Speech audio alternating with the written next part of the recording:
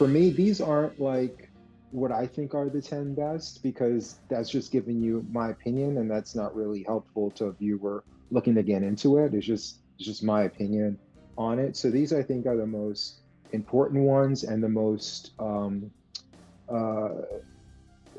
they're important and they're also they're a good introduction to it as well. If you don't know a lot about the genre, if you know a lot about it, then you have your own opinion and you can pick your own films. But for me, Ganja and Hess, and these are in no particular order because again, this is just recommendations. It's not like my favorite top 10 from 10 to 1.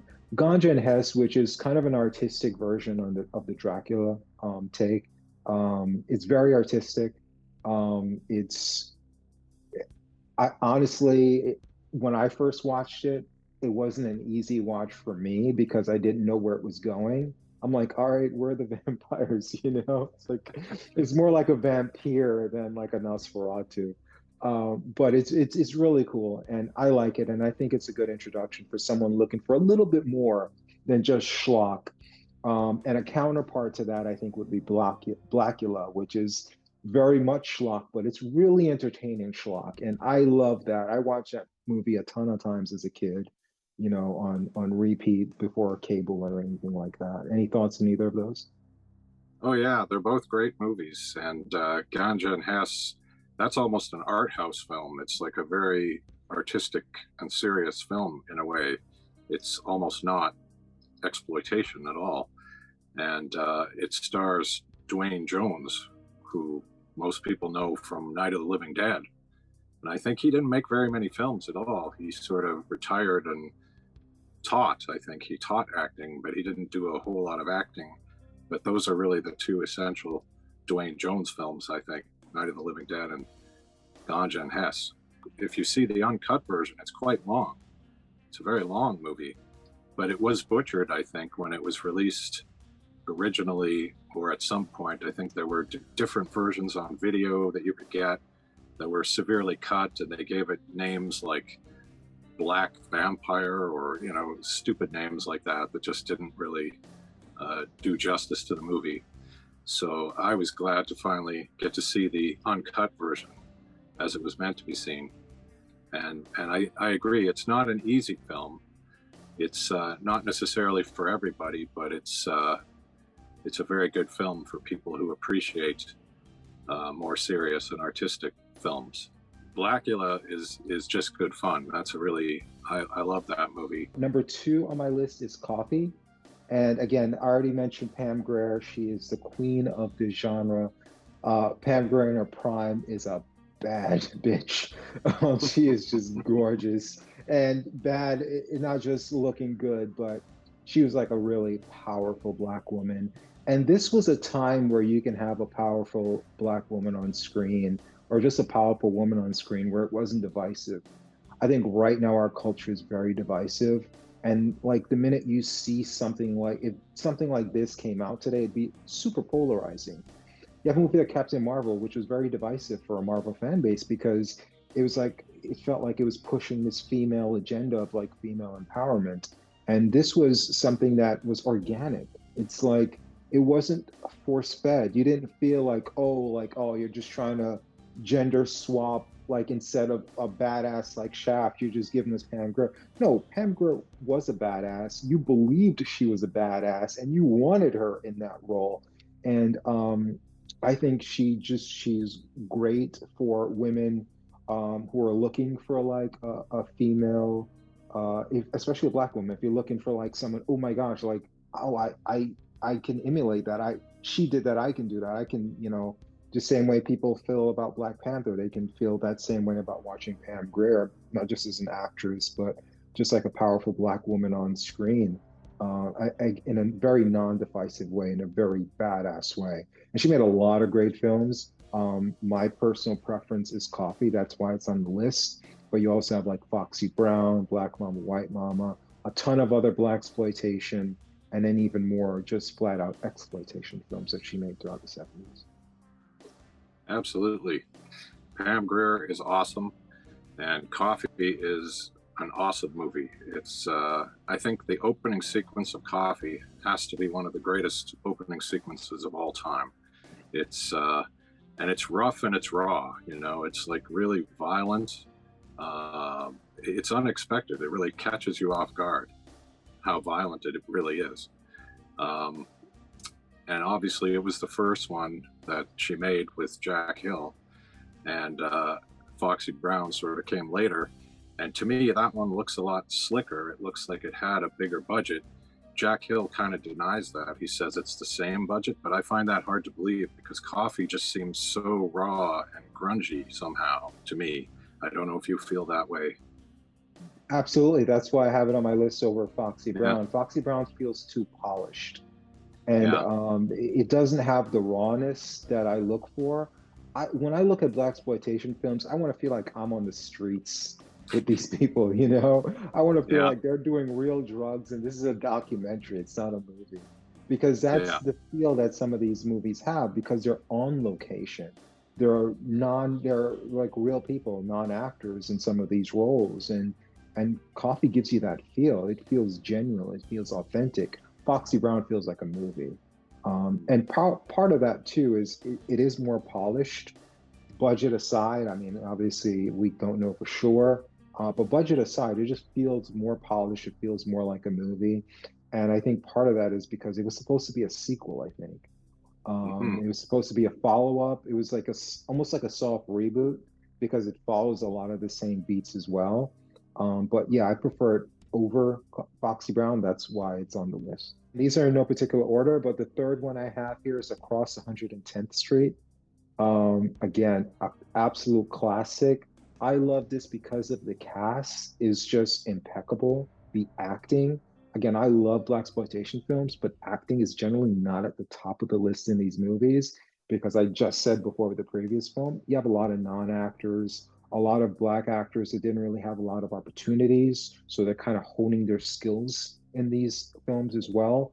And it's low budget, very quickly done, as we spoke about before. These are just exploitation films. I mean, they're blaxploitation, but exploitation is a big part of that word.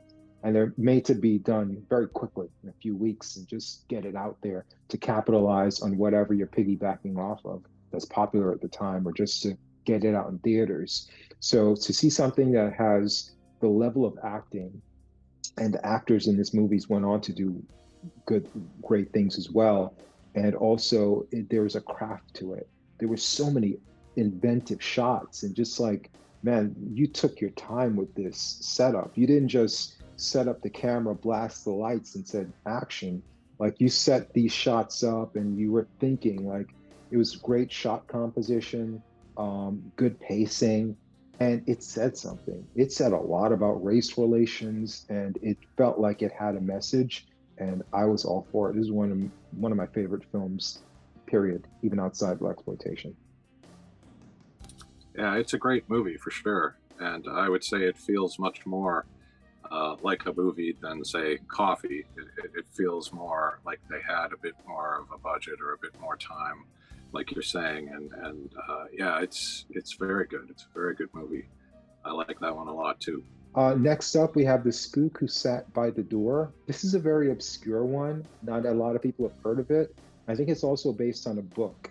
And I would say what Fight Club is to masculinity, The Spook Who Sat by the Door is to race relations with blacks and whites. It's very subversive in its message and how it plays out.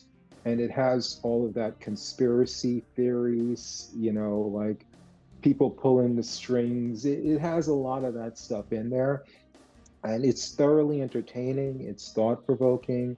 And again, if I had to parallel it with something that's um, common and popular now, I would say it's kind of like that Fight Club type thing where it's just like, you know, you have these people trying to bring down a society, and here it's more like, yeah, we're bringing down the man, we're bringing down the system, as opposed to like where Fight Club was dealing with masculinity, what it means to be a man, finance, and things like that. But if I had to parallel with something, I would say that. And I definitely think, even though it's obscure, it's well worth a watch. For sure, and that makes a lot of sense what you're saying. Now, correct me if I'm wrong. This movie, it got pulled from the theaters. Is that right? The government or somebody did not like it. They thought the message was dangerous.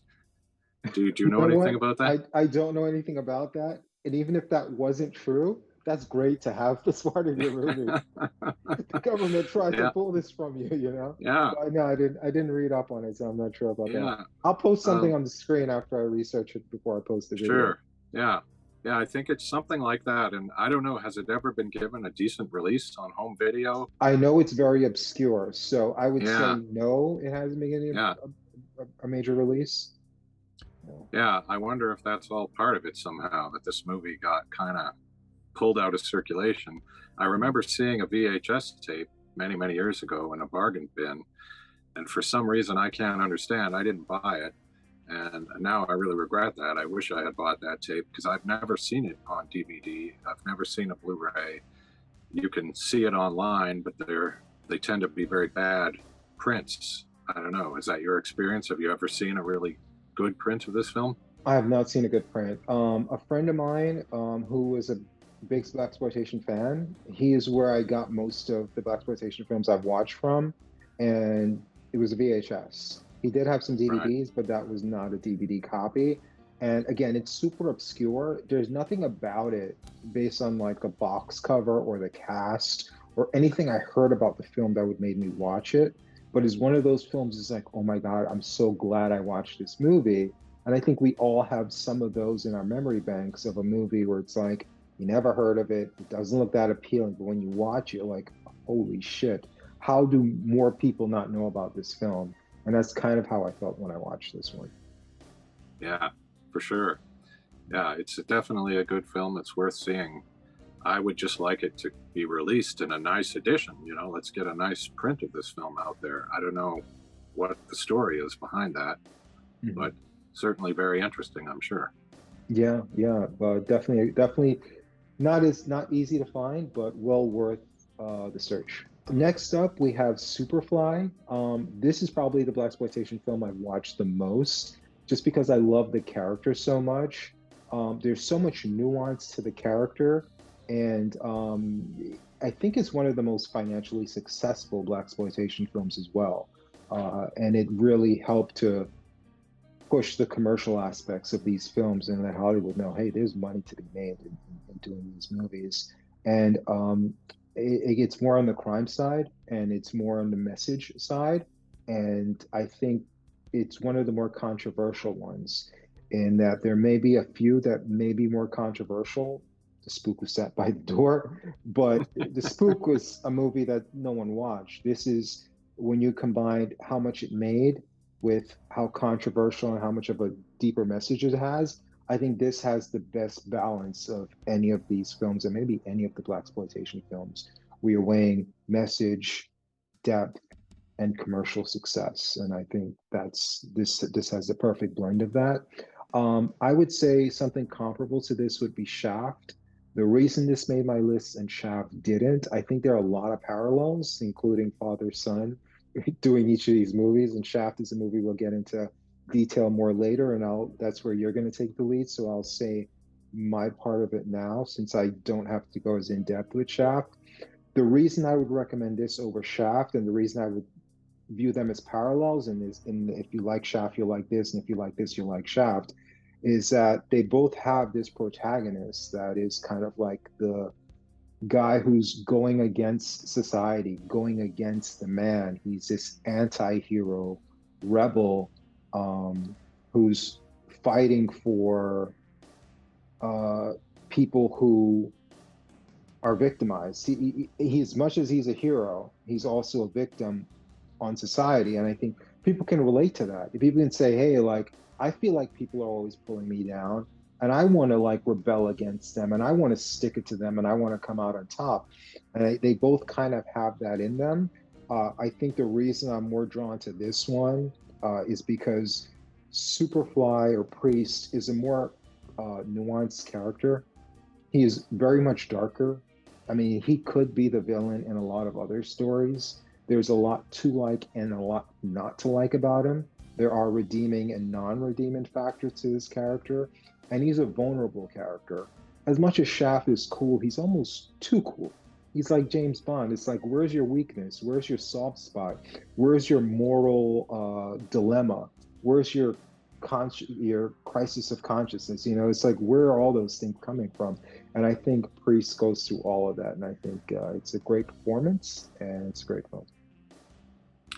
Yeah, for sure. It's a very good movie. I like it a lot. And it was a huge hit, and they did make sequels to it. Although I must admit, I did not see the sequels. Lucky you. Stay away. Okay, well, I wondered about that. But yeah, it's definitely a good film. And the one thing I would say is that I love the soundtrack of Superfly, and I love a lot of Blaxploitation soundtracks. That's actually one of the things that really made me love the genre was the music, and I would say Curtis Mayfield's score for Superfly is one of probably my top three Blaxploitation soundtracks. Music is a big part of Blaxploitation. But with this film, and I love the soundtrack, just like you said, but with this film in particular, with a lot of films, with this, Three the Hard Way and The Harder They Come, which is not a Blaxploitation, which is falsely labeled that way a lot of places.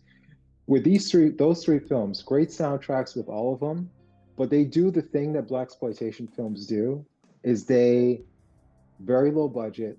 They got to kill some time to get the proper running time.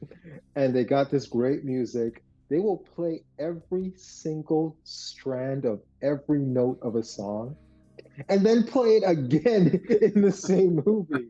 And all three of those movies have songs that they play from beginning to end multiple times in the film. And Superfly is very guilty of that as well. So. Next up, we have Sweetback's Badass Song. And again, that's another film we're going to get into later on, so I won't go into too much detail with that. But again, it's very artistic, has a lot to say, was also commercially successful. I don't think it's as easy of a watch as some of the other films, maybe easier than Ganja and Hess, but not a super easy watch. It does have a lot of art to it. There's also a lot of like gratuity in there. There's a lot of naked women and a lot of love scenes. And even the filmmaker himself said he was just a horny MFer, you know, so he just wanted a lot of those love scenes in there. So I don't want to like heap all the praise on it and not be fair and balanced, but it's definitely one of the better Blaxploitation films, highly artistic, very successful, and very much worth watching. Absolutely. It's definitely one of the essential films. Anyone interested in the genre needs to see this movie. Absolutely. Now, with Blaxploitation, you have a lot of the characters are anti-heroes. They're usually private detectives. We went over that with Shaft. A lot of them are drug dealers. We went over that with Priest and Superfly. And then a lot of them are pimps as well. And there are two in particular that stand out to me. Willie Dynamite, which is a movie I love, but it did not make my list. The Mack did. But again, I mentioned both because if you like one, you like the other, and I suggest you watch them both. But the one that did make my list is the Mack. And I think that what stands out with the Mack is it has a stronger cast. Richard Pryor is in there, and it's the more memorable of the two films, but both great films. Very much anti-hero. If you even want to call him an anti-hero at all, it may even be like one of these things like The Godfather, which is a movie based on the antagonist, based on the bad guy. But it's a great film and definitely worth a watch. And if you like the Mack, definitely check out Willie Dynamite. Absolutely. I'm overdue for a rewatch of the Mack. I actually have a copy in my collection, but again, I love the soundtrack by Willie Hutch, and I have the soundtrack, and I've listened to that soundtrack a lot over the years, but it's been quite a while since I've seen the movie, so you're inspiring me now to go back and look at the movie itself. But yeah, I do recall really thinking it was good. And Willie Dynamite I've seen more recently, and I do agree it's a fun movie. It's a good movie. They're both worth watching for sure. Next up is a movie that's not super popular, but it's definitely worth the watch. It's directed by William Wyler, which is one of my favorite filmmakers of all time. He is a white guy, so I'll let the audience know that. It's not bad to have a white director. As you said, in these specific genres, you more so think of it as a black thing. But William Wyler was a studio director back in the golden age of Hollywood. He made some of the greatest films ever made. And this is very late in his life and late in his career that he did this film. It's kind of out of left field. It's the Liberation of L.B. Jones. It's a great little character drama that I think is just amazing. And it's definitely, even though it's a drama, it's definitely Blaxploitation based on the content, the type of characters that they follow. But this character of L.B. Jones, it's the thing about William Wyler is he's great with characters, and this is one of the most gut-wrenching characters to follow in this genre, or I'm sorry, in this movement of films. And obscure, great director, great with actors, great with drama, and even this late in his career, this was a solid entry into the Blaxploitation movement. Definitely, very powerful stuff. Very powerful film, and the cast is amazing. Cast is really good. You'd almost have to call it pre-Blaxploitation in a way, because it came out the year before, I believe, Shaft and Sweetback's Badass Song. But you're right, though, it totally fits in with Blaxploitation. And there's a few movies like that, I think, that kind of came before. And I think of it a bit like the slasher genre. You know, we all think of Halloween starting at 1978, even though there were movies like Black Christmas and the Texas Chainsaw Massacre in 1974. So there's always movies that come earlier than the genre that we sort of think of. But yeah, this one is a great movie. And I think it's fair to call it Blaxploitation. Yeah. Even Psycho, to go with your slasher genre, even older movie. Yeah, absolutely. Next up, we have Three the Hard Way. So I could have, this was definitely an action film, commercial film, pop film, not something you're going to take super serious, almost a parody of the genre itself. And it was parodied. And I'm going to get you, sucker. We already did a review on this, so you know our thoughts on it. So I could have gone with a lot of action films. The reason I went with this is because this has all three of the major action stars that proliferated the Blaxploitation movement. All three of them are in there. So rather than racking my brain trying to figure out like which one am I going to pick, this one has all three. This one is more than entertaining enough that if you like this, go check out all three of those guys in some of their films like Slaughter, Black Caesar, etc. Black Belt Jones. You can check out all of their other movies, but this is a good entry point. Absolutely, and it's a very fun movie. It's one of my personal favorites. Probably one of the first real Blaxploitation films I saw when I was young. So yeah, definitely I would recommend it. And if you want to know more, take a look at that other review we did of this movie specifically. And that was a very fun review. I had a lot of time reviewing that movie, and I loved it. I mean, yeah, the review made me like the movie even more. Honestly. Yeah, it was a lot of fun. Yeah. Next up, and the last movie on my top 10 list. I know I mentioned a lot more than 10 films, but again, the actual movies that made the list. The last one, I wrestled with this. I had to call a buddy of mine to just confirm that I should put this on the list. Because as we get down to this, and there's one left, I'm sure you're probably thinking, man, there's so many great movies not here yet. What are you going to go with? And it's going to be a movie that's not a great movie, but it's super important and it belongs on this list, and it's Dolemite. I love Dolemite ironically, where it's just like it's so bad it's good. And that's one of the reasons why I didn't want to put it on this list.